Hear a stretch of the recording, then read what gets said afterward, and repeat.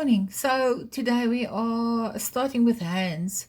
Hands are some of my absolute favorite things to teach other people, but also to work in my own artworks. I absolutely love painting hands, drawing hands.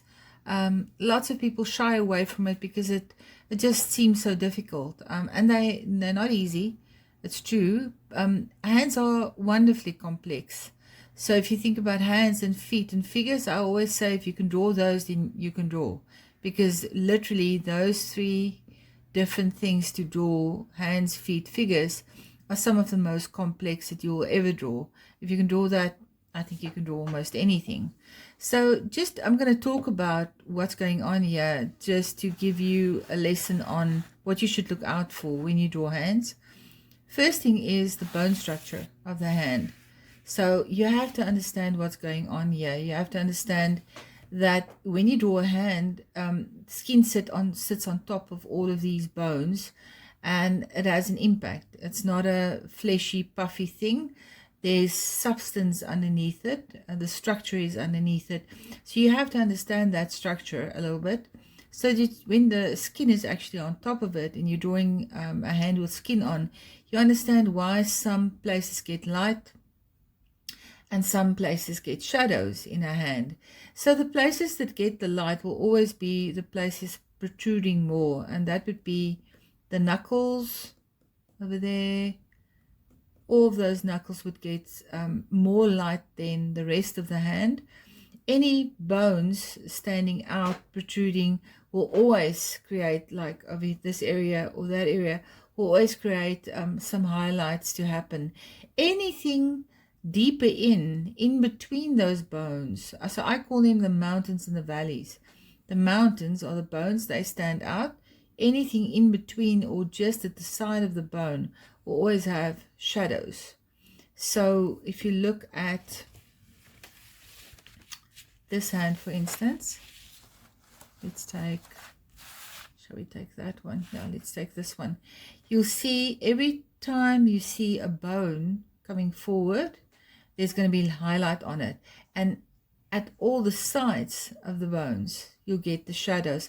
That's how you actually, when you're drawing it, how you push this out visually, the bone that's protruding, and how that gets deeper visually, that moves back or even deeper, and it's because of your shadows. So if you look at the knuckles will always get light because the bones are just standing out more. Usually at the sides of the fingers you'll get shadows as well. This part will usually be the highlight part with shadows at the sides of the fingers. And it's also just, it's a round. Remember, this is not a flat object. This has a curve to it. The wrist has a curve to it. Even this, it's not a flat object. There's three-dimensionality happening there that you have to be respectful of when you draw it. Then just about how big the hand is in proportion to the face, you can see that that's the size of the head, and the hand goes up to there. So it's almost the full length of a face, a hand. Not completely, but very close. That's also just a good thing to know. Then the other most important thing that I always remember when I start drawing hands is to look at the negative spaces. So hands can be drawn so much easier if you are aware of the spaces around and in between. For instance, these spaces are the positive form are the hands, and everything in between and around it we would call negative space. So just have a look at that. Those are triangles. They're just different sizes of different triangles, not complete perfect triangles, but the basic shape is a triangle.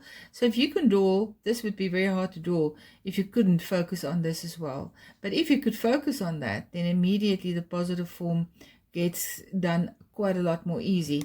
And sometimes I would just place a line from tip to tip, and then that immediately shows me this part as a sort of inner space or a negative space as well. So that's why you actually grid in things, any subject matter. It makes it a lot more easy. So when you grid something in, this one is gridded in, always try to keep your measurements close to at least the end points of your subject matter. For instance, that line is there, that line is close to this last bit of edge here and that one there. It boxes in the shape in a sense, and then you can always decide, are you going to go for 2 by 2 centimeters or 5 by 5 centimeters. The smaller you go, the more keenly you can just look at a very small space. I don't like going 1 centimeter or 2 centimeters. I find that too small. I sort of go for maybe 2 centimeter by 2 centimeter, or 2.5 by 2.5, or 3 by 3, that I would find more, yeah, just easier to do. So I don't like minute blocks. So if you have a look at these hands, these are some of the most complex hands, and it's so interesting to see where the artist started. They didn't start with this one. They started with basic shapes. Outline of the hand to get the shapes right. I would box it in, look at negative spaces, draw the basic shapes first, and then I would start looking. Negative spaces would be my next sort of thing to check whether the positive form is drawn correctly. And then the next thing I would do is just to break up the forms in basic shapes. You can see these little circles. In some places it looks more like an oval or ellipsis, but they are all where the knuckles should be. So all of those places are just the artist quickly telling himself, oh, these are knuckles. Because it's easier once you've done that to carry on to the second drawing, which would be looking a little bit more acutely at, you know, what is the shape like, where does it go in, where does it go out. There's still the shapes for the knuckles, they're still in there, but he's also now refined the bone structure a little bit.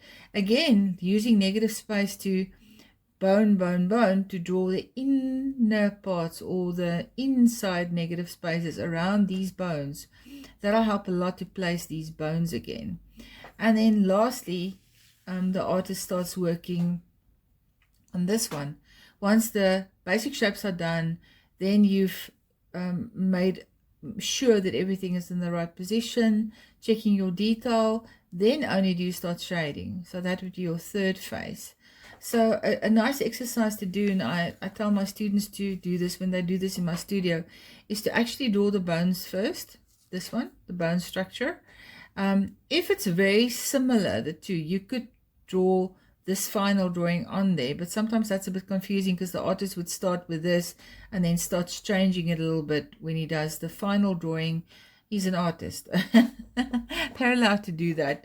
So sometimes it's just easier to draw this one first and then redraw it.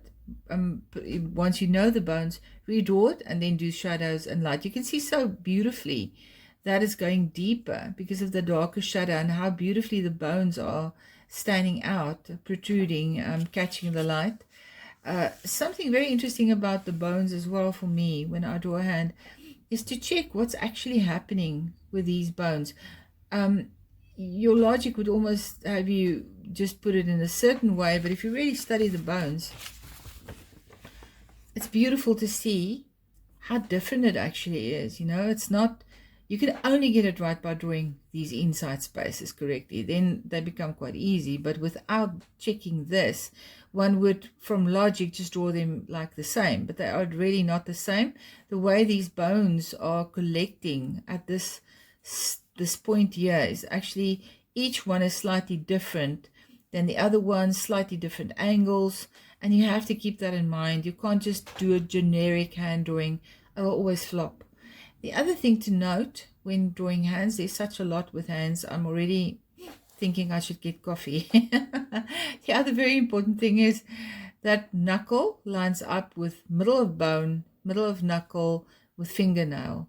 So knuckle, middle of bone, knuckle, middle of bone, knuckle, fingernail. If you twist the nail or the knuckle visually and you make it a little bit more to that side or this side, you're twisting the whole finger. It really does, it works like that, eh? So you can get it all sort of right and it's looking good, and then you come to a nail and you draw it a little bit more to that side or a little bit more to that side, and you're not really checking what's happening, then you're going to twist this whole thing, this whole finger. So you can see how beautifully these bones are lining up. It's bone, middle of bone, knuckle, middle of bone, knuckle, middle of nail. So remember that when you're starting to draw the hands, line these things up, they are aligned, And over here, check what direction are they actually going, and check the different structures of the bone. Don't draw generic drawings when you draw hands. Be specific, have fun with it, but be very specific. Okay, I think that's good enough for part 1. Part 2, I will get to after this one.